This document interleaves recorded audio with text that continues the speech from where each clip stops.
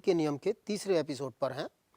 हमने पहले के 2 एपिसोड्स में गति की मूलभूत अवधारणाओं पर चर्चा की तथा देखा कि गति को किस तरह से हम नियमित कर सकते हैं, किस तरह से हम नियमों में समझ सकते हैं जिससे कि आगे वाली गति को प्रिडिक्ट कर सकें, उनके बारे में भविष्यवाणी कर सकें। इस प्रक्रिया में हमने जड़त्व को समझा, घर्षण बल को समझा। घर्षण बल की व्याख्या हमने एयर रेजिस्टेंस के फॉर्म में काफ़ी देर तक की। अरस्तु से शुरू करके हम गैलीलियो तक पहुँचे और उसके बाद हम सर आइजैक न्यूटन तक पहुँचे। और आइजैक न्यूटन के नियमों के बाद, हालांकि उनके नियमों को भी बाद में परिवर्तित किया गया है, मगर वो इस क्लास कक्षा की परिमाण से आगे है। आइंस्टाइन का जो करेक्शन है वो बाद में, जिसमें कि द्रव्यमान को भी वेरिएबल माना गया है, वो भी प्राचाल है। पर न्यूटन के समय तक द्रव्यमान को प्राचाल नहीं माना जाता था, बल्कि फिक्स माना जाता था, इनवेरिएंट माना जाता था। कोई बात नहीं दोस्तों, हम उसमें जड़त्व की बात कर चुके हैं और ये देख चुके हैं कि गति का पहला नियम, प्रथम नियम जड़त्व का नियम है। जो जड़त्व का नियम है वो बल को गुणात्मक रूप में व्याख्या करता है। आपने देखा, अच्छी तरह से देखा कि जब तक कि कोई वस्तु पर बल ना लगे तो उसकी गति की अवस्था में कोई परिवर्तन नहीं हो सकता है। ध्यान दीजिए, विरामावस्था भी गति की ही एक अवस्था है जिसमें कि चाल शून्य है। ध्यान दीजिए, शून्य भी एक संख्या है। उसी क्रम में हम विरामावस्था को भी एक गति की अवस्था मानते हैं। आइए देखते हैं आज कि इस बल की अब मात्रात्मक व्याख्या कैसे करें। गुणात्मक व्याख्या तो हम कर चुके हैं जड़त्व के नियम के द्वारा, जड़त्व को हम समझ चुके हैं। और आज देखते हैं कि गति की गुणात्मक व्याख्या कैसे हो, मतलब उसके क्वांटिटेटिव मान कैसे, न्यूमेरिकल टर्म्स में हम कैसे लिखें। तो कुछ उदाहरणों से शुरू करते हैं। तो अब इसके क्या क्या घटक हो सकते हैं कि गति को सबसे पहले विचार करें कि जब हम गति को बारे में बात कर रहे हैं तो गति किस किस चीज़ पर, गति की मात्रा किन किन चीज़ों पर निर्भर कर सकती है, उसके क्या क्या घटक हो सकते हैं। तो आइए सोचते हैं। देखिए, मान लीजिए कि एक साइकिल है जिसका कि द्रव्यमान कुछ है 40 किलोग्राम, 50 किलोग्राम से ज़्यादा नहीं होगा, इतना द्रव्यमान है। वो 10 मीटर प्रति सेकंड की चाल से एक सीधी रेखा पर चल रहा है। मैं कह सकता हूँ कि साइकिल 10 मीटर प्रति सेकंड के वेग से चलायमान है। जब मैं कहता हूँ 10 मीटर प्रति सेकंड के वेग से चलायमान है तो इसका अर्थ है कि वो एक सीधी रेखा पर है। एक दूसरा ट्रक है जो कि काफ़ी भारी है, जिसका कि वजन लगभग 5000 किलो होगा। खाली ट्रक है तो भी, एक खाली कार का वजन लगभग 1000 किलो होता है। तो उसी क्रम में आप अंदाज़ा लगा सकते हैं कि दोनों के द्रव्यमान में कितना अंतर है। वो भी 10 मीटर प्रति सेकंड की चाल से उसी सड़क पर चल रहा है, एक सीधी रेखा में। अब यकायक वहाँ पर जो रेड लाइट है चौराहे पर, वो रेड हो जाती है। अब दोनों वाहनों को रुकना है। आप अपने रोज़मर्रा के ज्ञान से मुझे कह सकते हैं, बड़े आसानी से बता सकते हैं कि साइकिल को रोकने के लिए मुझे कम बल लगाना पड़ेगा और ट्रक को रोकने के लिए ज़्यादा बल लगाना पड़ेगा। यहाँ पर मैं एक संज्ञान में और दूँ आपको बात, कि साइकिल को रोकने में समय भी बहुत कम लगेगा। ब्रेक एकदम से अगर साइकिलिस्ट लगाए तो साइकिल रुकने में बहुत कम समय लगाएगी। ट्रक को रोकने के लिए समय भी थोड़ा ज़्यादा देना पड़ेगा। इस समय की बात को हम थोड़ी देर बाद बात करेंगे। आप याद कीजिए, जब पहले दिन मैं बात कर रहा था बलों के प्रकार के बारे में, बल किस तरह से लगता है, पुश लगता है, पुल लगता है, मैंने एक हिट की बात की थी। ध्यान दीजिए, मैंने कहा था कि हिट एक बहुत इंपॉर्टेंट है और इसके बारे में हम आगे व्याख्या करेंगे, जिसको कि हमने झटका शब्द कहा था कि अधिकतर बल, चाहे जैसे क्रिकेट के गेंद खेल हो, चाहे हॉकी हो, चाहे फुटबॉल हो, इस सब में हिट के रूप में आप एक बल लगाते हैं। खैर, अब यहाँ पर आइए दोबारा से, किस में ज़्यादा बल लगाना पड़ेगा। आप बड़े आराम से कह सकते हैं कि सब साइकिल में कम बल लगेगा और ट्रक में बल ज़्यादा लगेगा। एक और उदाहरण लें। मान लीजिए आप छत पर हैं, किसी बिल्डिंग की छत पर है और नीचे थोड़ा गीला है, सड़क गीली है, सड़क नहीं है, बिल्कुल मिट्टी गीली है, कीचड़ है। अब ऊपर से आप एक हल्की वस्तु को फेंकें और उसी आकार की, लगभग उसी आकार की एक भारी वस्तु को फेंकें। अब जब वो नीचे गिरेंगी कीचड़ पर, तो स्प्लैश किस में ज़्यादा होगा या गड्ढा किस में ज़्यादा होगा? आप बड़े आसानी से मुझे जवाब दे देंगे कि साहब जो वस्तु भारी होगी उसकी वजह से जो ज़मीन पर गड्ढा बनेगा या कीचड़ में जो गड्ढा बनेगा वहाँ पर गड्ढा ज़्यादा बनेगा, ज़्यादा बड़ी वस्तु से, ज़्यादा भारी वस्तु से। हल्की वस्तु से छोटा बनेगा। या पानी में गिर रही है ऐसे वस्तु, तो जो पानी का स्प्लैश होगा, जो पानी निकलेगा वो हल्की वस्तु से कम निकले, कम स्प्लैश होगा, बड़ी भारी वस्तु से ज़्यादा स्प्लैश होगा। आप बड़े आसानी से मुझे जवाब दे सकते हैं।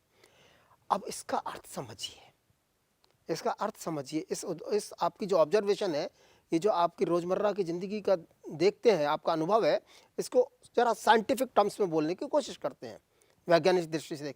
इसका मतलब ये हुआ कि अगर किसी वस्तु में द्रव्यमान ज़्यादा है तो उसकी गति की मात्रा ज़्यादा है, उसमें गति ज़्यादा है, तभी तो उसका असर ज़्यादा हो रहा है, तभी उसको रोकने के लिए ज़्यादा बल लगाना पड़ा, ज़्यादा कोशिश करनी पड़ी। तो अर्थ यह है कि अगर द्रव्यमान ज़्यादा है तो उसकी गति भी ज़्यादा है। हाँ, एक और उदाहरण देखें आप।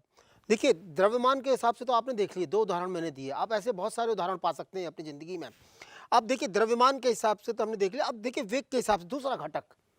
आपने देखा कि अगर वस्तु का द्रव्यमान ज़्यादा है तो उसमें गति की मात्रा ज़्यादा है। अब देखते हैं क्या कोई और भी घटक है। देखिए, वेग दूसरा प्राचाल है, दूसरा वेरिएबल है हमारे पास, वेग। अब दूसरे वेग के हिसाब से देखते हैं, वेग से देखते हैं। मान लीजिए कोई बॉल 10 मीटर प्रति सेकंड, दोस्तों 10 मीटर प्रति सेकंड काफ़ी अच्छी स्पीड है, 10 मीटर प्रति सेकंड की चाल से इधर आ रही, इस ओर गति कर रही है। अब किसी सज्जन द्वारा उस बॉल को रोकना है। अब उस बॉल को रोकना है तो उनको फोर्स एक लगाना पड़ा, मान लीजिए स्मॉल एफ। अब दूसरी स्थिति देखिए कि अब यही बॉल, जिसका कि सेम बॉल है, बराबर का द्रव्यमान है, अब वो 20 मीटर प्रति सेकंड की चाल से उसी ओर आ रही है। अब उन्हीं सज्जन को गाड़ी उसको रोकना है। अब आप जानते हैं, अपने अनुभवों से जानते हैं कि अगर ये फोर्स एफ, कैपिटल एफ लगा रहे हैं तो ये स्मॉल एफ, यहाँ पर कम बल होगा, कम बल की आवश्यकता होगी, और यहाँ पर ज़्यादा बल की आवश्यकता होगी। मतलब smaller F is greater than, is lesser than capital F. इस तरह के उदाहरण आप और भी देख सकते हैं, बहुत सारे उदाहरण देख सकते हैं। मैं किसी चीज़ को, छोटे से पत्थर को, एक पत्थर को, हल्के से छोटे से पत्थर को अगर आपकी तरफ फेंकूं हल्के से, क्या आपको चोट लगेगी? बहुत कम। वो छुलेगा भी तो बहुत कम चोट लगेगी। लेकिन उसी पत्थर को अगर मैं ज़्यादा वेग से आपकी तरफ फेंकूं तो आपके काफ़ी चोट लग सकती है। आप करना मत ऐसा, लेकिन आप जानते हैं कि आपको ज़्यादा चोट लग सकती है। अर्थात यहाँ पर आप क्या समझ रहे हैं कि अगर वेग ज़्यादा है, किसी वस्तु की वेग ज़्यादा है या चाल ज़्यादा है, तो उसमें गति की मात्रा ज़्यादा होगी। मतलब वहाँ पर वो ज़्यादा बल लगा सकती है या उसको रोकने के लिए आपको ज़्यादा बल की आवश्यकता होगी। अर्थात अगर वेग ज़्यादा है तो उस वस्तु में गति ज़्यादा होगी। अब आपने देख लिया कि यदि वस्तु में द्रव्यमान ज़्यादा है तो उसकी गति अधिक है, वेग ज़्यादा है तो भी गति ज़्यादा है। तो इसका मतलब ये गति की मात्रा उसके द्रव्यमान तथा वेग दोनों पर निर्भर करती है। ठीक है, इस तरह के इक्वेशंस को आप पहले भी डील कर चुके हैं, पहले भी देख चुके हैं, एक बार फिर से। अब इस राशि को हम क्या कहें, क्योंकि ये गति की मात्रा है। अब गति की मात्रात्मक राशि को देने के लिए, डिफाइन करने के लिए एक नई भौतिक राशि की आवश्यकता होगी। उस भौतिक राशि का नाम वैज्ञानिकों ने संवेग दिया। संवेग, ये शब्द हिंदी में कहाँ से आ रहा है मालूम है? संवेग, मास, अंग्रेजी में तो mass plus velocity, momentum. Hindi में आ रहा है संवेग। मास की हिंदी होती है संहति।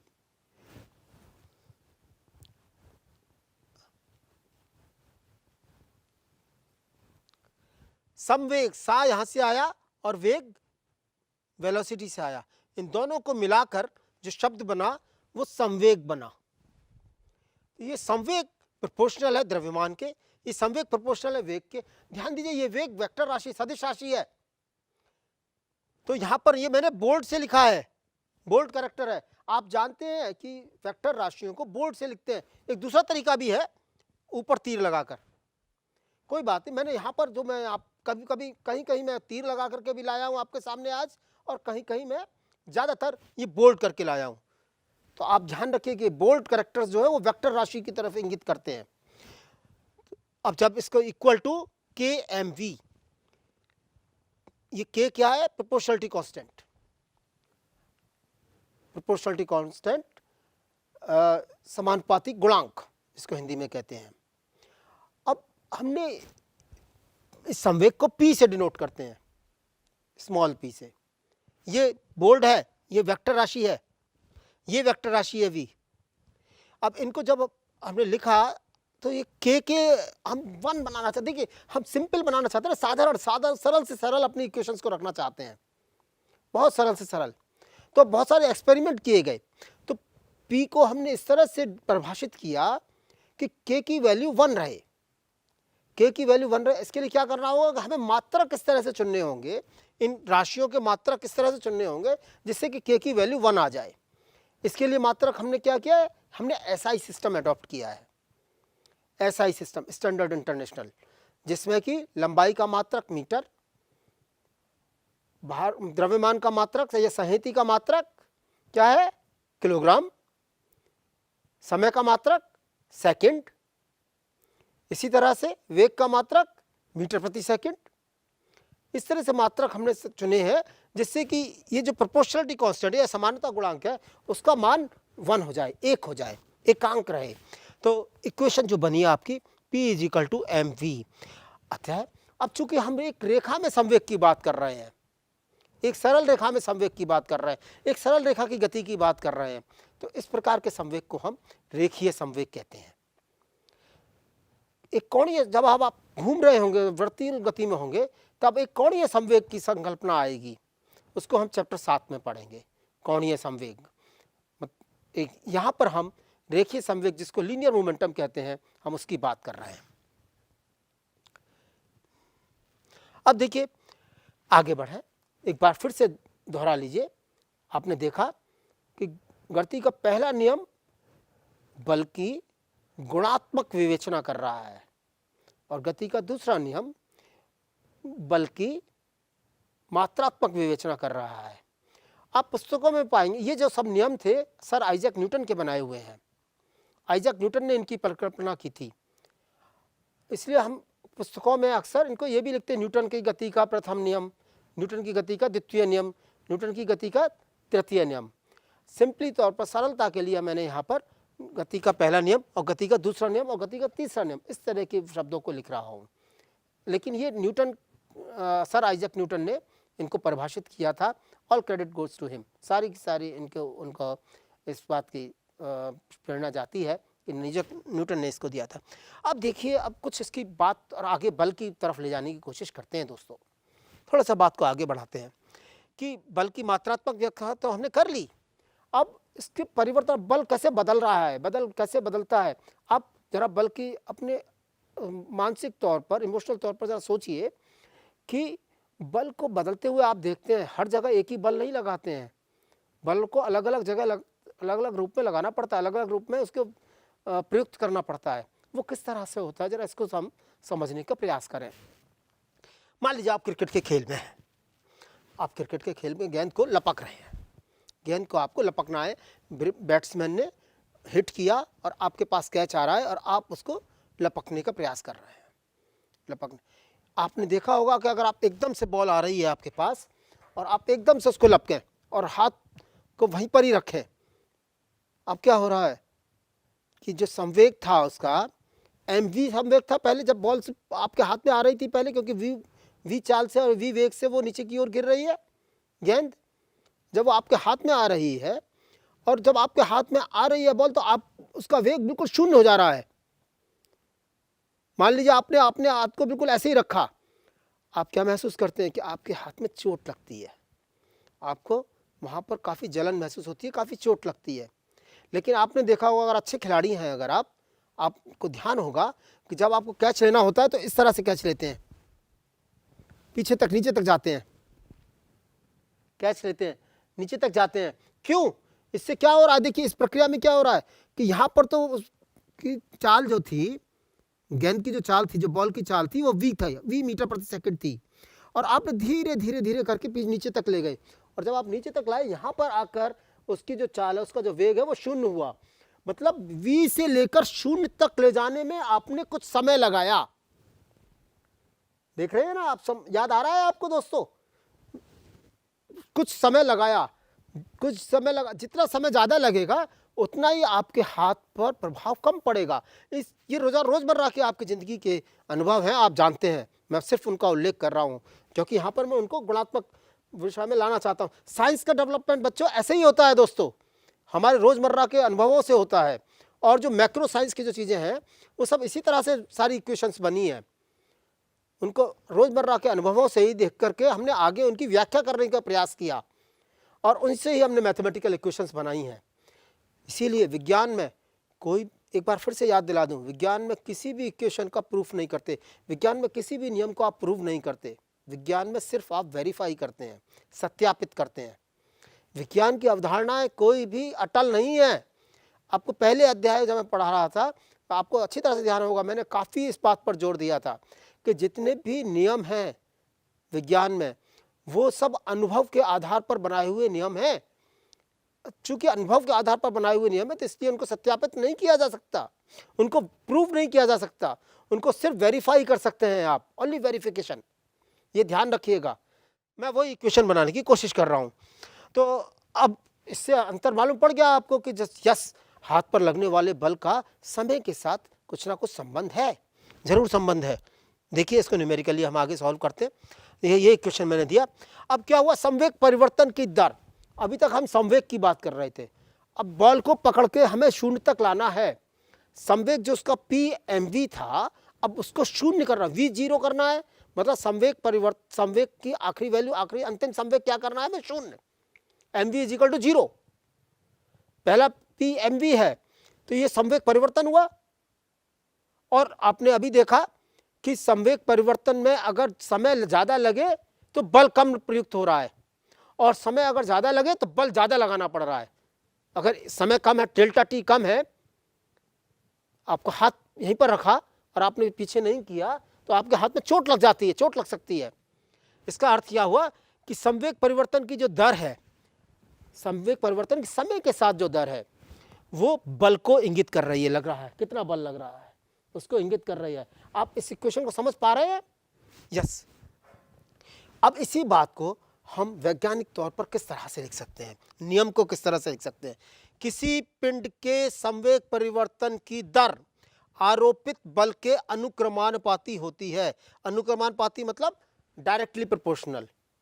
जैसे मैंने अभी आपके सामने बात की थी ना कि द्रव्यमान ज़्यादा है तो गति की मात्रा ज़्यादा है, वेग ज़्यादा है तो गति की मात्रा ज़्यादा है, वो सब अनुक्रमानुपाती हैं, तथा उसी दिशा में होती है जिसमें कि बल कार्यरत होता है।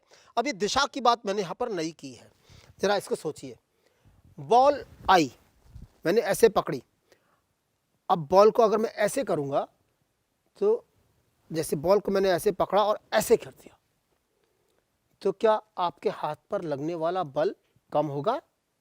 नहीं, क्योंकि बल की आने की दिशा ये थी, जिस दिशा में बॉल आ रही है उसी दिशा में अगर मैं बल पीछे लगाऊंगा, डेल्टा टी करूंगा उसी दिशा में, तो क्या होगा कि वहां पर संवेग परिवर्तन की दर पर असर पड़ेगा, बल लगेगा। तो इसका अर्थ क्या हुआ, आप इसको जब वेक्टर एनालिसिस करेंगे आगे, इसी अध्याय में आगे या इससे आगे आने वाले अध्याय में, तो बहुत डिटेल में पढ़ेंगे दोस्तों। मैं यहाँ पर आपको एक आपके अनुभवों से ला रहा हूँ चीज़ें। मेरा प्रयास ये है कि आपके अनुभव, इस जब मैं न्यूमेरिकल इक्वेशंस बना रहा हूँ, तो आपके अनुभवों से बनाऊँ। इसी प्रकार से सारी इक्वेशंस बनी, मैं बार बार कह रहा हूँ, सारे नियम इसी प्रकार से बने हैं। तो जब अगर मैं हाथ को इस तरह से करूं बॉल को लेने के बाद, तो मुझे चोट लगेगी, कम नहीं होगी, लेकिन अगर जब मैं उसी दिशा में पीछे करूंगा तब मुझे चोट कम लगेगी। तो ये अर्थ है कि अनुक्रमानुपाती होता है तथा उसी दिशा में होता है जिसमें कि बल कार्यरत हो। आइए अब इसको जरा न्यूमेरिकली देखते हैं कि किस तरह से लिखा जाए। मान लीजिए कोई वस्तु है, उसका द्रव्यमान m है। आप एक बात का ध्यान दीजिए, देखिए मैंने यहाँ पर m इटैलिक में लिखा है। भौतिकी में हम सारे प्राचालों को इटैलिक से लिखते हैं, और जो वेक्टर राशियां हैं उनको बोल्ड फेस में स्ट्रेट लिखते हैं, इटैलिक नहीं करते, टेढ़ा नहीं करते। मान लीजिए कोई वस्तु m द्रव्यमान की है, वो v वेग से चल रही है, तो इसका मोमेंटम, इसका संवेग कितना होगा, p = mv। अब इस पर कोई बल F डेल्टा t समय के लिए लगाया जाता है। समय अंतराल जिसमें कि बल लग रहा है वो डेल्टा t है, और इस फोर्स से, इस बल की वजह से इस वस्तु का जो वेग है वो v डैश हो जाता है, मतलब वो v प्लस डेल्टा v। ठीक है, वेग उसका बढ़ रहा है या घट रहा है? घट रहा है तो डेल्टा v की वैल्यू नेगेटिव होगी, ऋणात्मक होगी। बढ़ रहा है तो डेल्टा v की वैल्यू धनात्मक होगी, पॉजिटिव होगी। बल किसी भी प्रकार का हो सकता है, वो त्वरक बल भी हो सकता है और अवबंधक बल भी हो सकता है। त्वरक बल का तात्पर्य जिससे कि बल की चाल, वस्तु की चाल बढ़े, अवबंधक बल जिससे कि वस्तु की चाल घटे, मंदित हो। एक बात ध्यान दीजिएगा बच्चों, ध्यान रखिए, हिंदी भाषा में जो शब्द हैं वो शब्द आपकी रोजमर्रा की वोकैबुलरी से ही ज़्यादा लिए गए हैं। अंग्रेजी में भी ऐसा है, लेकिन कई जगहों पर अंग्रेजी से में इतना डायरेक्ट नहीं लिए हुए लगते हैं जितना कि हिंदी भाषा में लिए हुए लगते हैं। ये अपनी भाषा की खूबसूरती है। और इसी तरह से उसका संवेग p प्लस डेल्टा p हो जाता है। यहाँ पर आपके लिए बहुत आसान है निकाल पाना कि डेल्टा p की वैल्यू m डेल्टा v होगी। ये कैलकुलेशन आप बड़े आसानी से कर सकते हैं यहाँ पर। तो आप ये देख रहे हैं कि f, आपने सारे जो मैंने पिछली बार एग्जाम पर उदाहरण दिए, उन उदाहरणों से आपको साफ मालूम है कि जो फोर्स है वो delta p by delta t के समानुपाती है, अनुक्रमानुपाती है, संवेग परिवर्तन की दर के अनुक्रमानुपाती है। ध्यान दीजिए, ये जो राशि है delta p by delta t, ये संवेग परिवर्तन की दर को इंगित करती है। डेल्टा t समय में डेल्टा p संवेग परिवर्तन हुआ। बॉल के केस में, बॉल की अवस्था में, क्रिकेट बॉल की अवस्था में जब आप कैच ले रहे हैं तो डेल्टा p की वैल्यू p हो जाएगी और डेल्टा t की और मतलब आखिरी वैल्यू, आखिरी वेलोसिटी 0 है, 0 है, और डेल्टा t उसको कैच लगाने में जितना भी समय लगे। यहाँ पर k जब इसको बराबर के निशान में, इक्वेशन के फॉर्म में लिखेंगे तो एक प्रोपोर्शनलिटी कांस्टेंट k लाना पड़ेगा। यहाँ पर पुनः हमने इनके मात्रक इस तरह से चुने हैं, MKS सिस्टम चुना है या SI सिस्टम चुना है, इस तरह से चुना है कि इस प्रोपोर्शनलिटी कांस्टेंट या समानुपाती गुणांक की वैल्यू 1 हो जाए, 1 हो जाए, एकांक रहे, अर्थात F = dp/dt। ध्यान दीजिए, ये फोर्स बल है, बल एक सदिश राशि है, वेक्टर राशि है, p मोमेंटम है, सदिश राशि है। अब इस इक्वेशन में अगर आप देखें, आपने पहले पढ़ा है, कैलकुलस थोड़ी सी कर चुके हैं आप, कोई बात नहीं, अगर बहुत अच्छी तरह से नहीं भी की है तो आगे आने वाले अध्यायों में और करेंगे। अपेंडिक्स दी हुई है पिछले चैप्टर में, उसको ज़रा आप अपने आप करें। मैथमेटिक्स में तो आप कक्षा 11 के आखिर में और कक्षा 12 के शुरू में बहुत डिटेल में पढ़ेंगे, लेकिन यहाँ पर भी आपको जितनी कैलकुलस की, जितने अवकलन की ज़रूरत है उतनी कलन आपको बताया गया है। तो यदि डेल्टा t की वैल्यू 0 हो, 0 की तरफ अग्रसारित हो रही हो, 0 है नहीं, एग्जैक्टली 0 नहीं है, 0 की तरफ अग्रसारित हो रही है, मतलब बहुत छोटा हो, अगर डेल्टा t की वैल्यू बहुत कम हो तो हम ये डेल्टा वर्ड को हम कैलकुलस से के फॉर्म में dp/dt के फॉर्म में लिख सकते हैं। ये देखिए, ये d/dt जो फंक्शन है ये क्या है, d/dt ऑफ p, मतलब संवेग का समय के साथ अवकलन, डिफरेंशिएशन। तो f को हम dp/dt लिख सकते हैं। या p क्या है, mv, आप जानते हैं। अर्थात चूंकि मास, अभी हम न्यूटोनियन मैकेनिक्स की बात कर रहे हैं, अभी हम आइंस्टाइन या जनरल थ्योरी ऑफ रिलेटिविटी की बात नहीं कर रहे हैं, हम न्यूटोनियन मैकेनिक्स की बात कर रहे हैं, न्यूटोनियन यांत्रिकी की बात कर रहे हैं, जो कि 17वीं शताब्दी, 18वीं शताब्दी, 19वीं शताब्दी में काफ़ी फली फूली। 20वीं शताब्दी के प्रारंभ में आइंस्टाइन ने जब इक्वेशन दी E = mc², वहाँ पर चीज़ें बदली। लेकिन कोई बात नहीं दोस्तों, आप परेशान मत होइएगा, जो मैक्रो वर्ल्ड में जितनी भी चीज़ें हैं वो सब न्यूटोनियन मैकेनिक्स से ही आज भी गवर्न होती हुई नज़र आती हैं। एक भी उदाहरण ऐसा नहीं मिलता जिसमें कि न्यूटोनियन मैकेनिक्स काम नहीं करती हुई नज़र आए। तो इसलिए आप बिल्कुल परेशान ना हो, न्यूटोनियन मैकेनिक्स पूरी तरह से वैलिड है। देखिए, जिसकी हम बात कर रहे थे एरिस्टोटल व्यू से, हम आगे बढ़े न्यूटोनियन व्यू से। आपने इस इक्वेशन पर देख लिया आपने, F = m dp/dt। तो मैं यहाँ एक पर था कि जब मास कांस्टेंट है, मास इन्वेरिएंट है, मास अचर है तो ये राशि समय के अनुसार नहीं बदलेगी, कांस्टेंट है। तो इस राशि को यहाँ से डिफरेंशिएशन के बाहर ला सकते हैं और ये राशि फिर बन जाएगी m dv/dt। अब ये dv/dt आप जानते हैं, nothing but simple acceleration of the body. तो मास टाइम्स एक्सीलरेशन, द्रव्यमान गुणा त्वरण। तो ये राशि बिल्कुल नहीं बदलेगी। अतः आप देख रहे dp/dt is equal to ma। ये क्या है? ये ma क्या है? फोर्स आप कह सकते हैं, बल क्या है? अब आप इक्वेशन के सॉल्यूशन पर पहुंचिए, डेफिनेशन अपने आप बनाइए। संवेग परिवर्तन की दर ही बल कहलाती है। आप इस डेफिनेशन पर आए हैं, आपने ये डेफिनेशन को अपने आप डिड्यूस किया है, निकाला है। आपको पढ़ने में मजा आएगा अगर आप इक्वेशंस को, ये डेफिनेशंस को अपने आप बाहर निकालेंगे तो आपको पढ़ने में बहुत मजा आएगा दोस्तों। And you will be motivate. सारी साइंस ऐसी है, सारी साइंस हम आपको ऐसे ही पढ़ाएंगे कि जिसमें कि इक्वेशंस अपने आप, इक्वेशंस कुछ मैथमेटिकल डिस्क्रिप्शंस लाएंगे और उसके बाद में डेफिनेशंस आपसे ही डिड्यूस कराएंगे। बेफिक्र रहिए, मजा आएगा आपको। देखिए अब इसी बात को हम दूसरी तरह से लिखते हैं, बल संवेग परिवर्तन की दर या संवेग परिवर्तन डिवाइडेड बाय समय, या अंतिम संवेग प्रारंभिक संवेग। अब मैं अंतिम संवेग को अगर pf की तरह से लिखूं और प्रारंभिक संवेग को pi लिखूं, समय t है तो फोर्स को मैं रीराइट कर सकता हूं pf minus pi by t। अब p को हम mv के टर्म्स में लिख सकते हैं, इजिकल टू, ये इक्वेशन आएगी mv minus u by T. ध्यान दीजिए यहाँ पर नोटेशन थोड़ा सा अलग है, मैंने जानबूझ करके नोटेशन अलग रखा है यहाँ पर आपको ये बताने के लिए कि कई दफ़ा हम ऊपर एरो भी लगा दें तो भी वो भी वेक्टर राशि है, चाहे बोल्ड लिखें। थोड़ा प्रैक्टिस डालने की बात है इसलिए लिखा है, कोई बात नहीं। तो इजिकल टू एम ए या F is equal to M A. देखिए एम इटैलिक्स में है, वेरिएबल है, मास है, स्केलर क्वांटिटी, अदिश राशि है। एफ बोल्ड है, स्ट्रेट है, सदिश राशि है, बल। ए त्वरण सदिश राशि है, बोल्ड है, स्ट्रेट है। यही तो आपका दूसरा नियम है, यही तो आपका गति का दूसरा नियम है।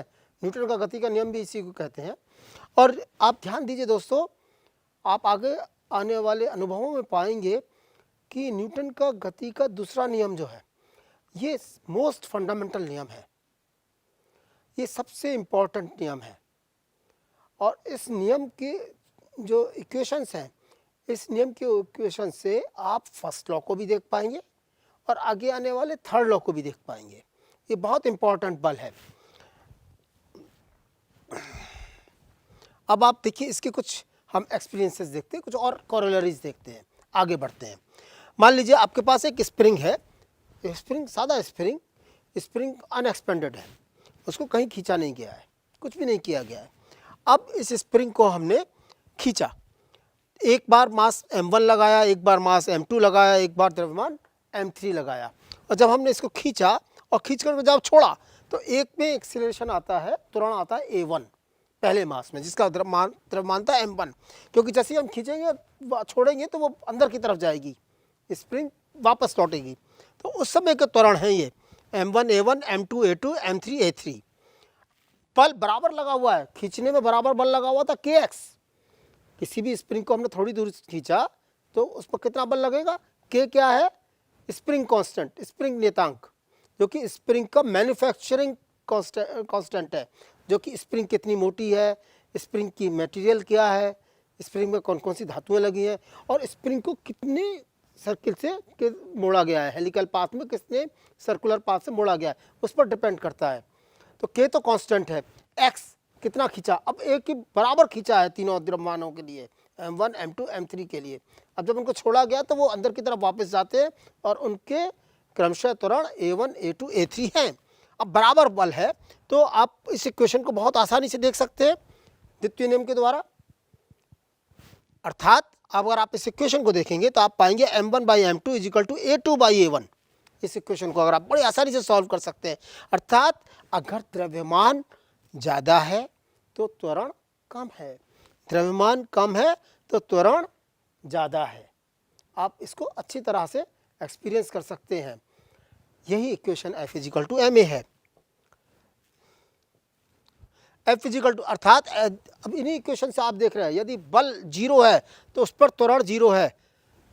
त्वरण 0 है मतलब अगर वो विरामावस्था में वस्तु है तो वो विरामावस्था में ही रहेगी, और अगर उसका वेग v है तो उसका वेग v ही बना रहेगा, v नहीं बदलेगा। आपका न्यूटन का प्रथम नियम क्या था? जड़त्व का नियम यही तो था कि जब तक कि उस किसी वस्तु पर नेट बाह्य बल ना लगाया जाए तब तक उसकी गति की अवस्था समान बनी रहेगी। यही है, देखिए इक्वेशन F इजिकल टू 0 तो A इजिकल टू 0। ये जो नियम है दोस्तों, एक हम आपसे बार बार कह रहे हैं कि सदिश राशि है, और बल एक सदिश राशि है, त्वरण एक सदिश राशि है, संवेग एक सदिश राशि है। तो ये जो हम लिख रहे हैं यहाँ पर इक्वेशंस, ये जो समीकरण हम लिख रहे हैं, ये इनको हम अगर कार्तीय चिन्ह प्रणाली में जाएं या कार्टेशियन साइन सिस्टम में जाएं तो आप बड़े आसानी से पालेंगे कि f x equal to d p x by d t, x दिशा में ये एक्स दिशा का त्वरण है, ये एक्स दिशा का संवेग है, इसी तरह से ये वाई दिशा का, ये जेड दिशा का। यहाँ ये ध्यान रखिएगा केवल बाह्य बल है और कोई बल नहीं है। दोस्तों आज के एपिसोड में हम इतनी ही बात करते हैं, इसके आगे आने वाले इम्प्लीकेशंस को हम अगले एपिसोड में देखेंगे। तब तक के लिए धन्यवाद।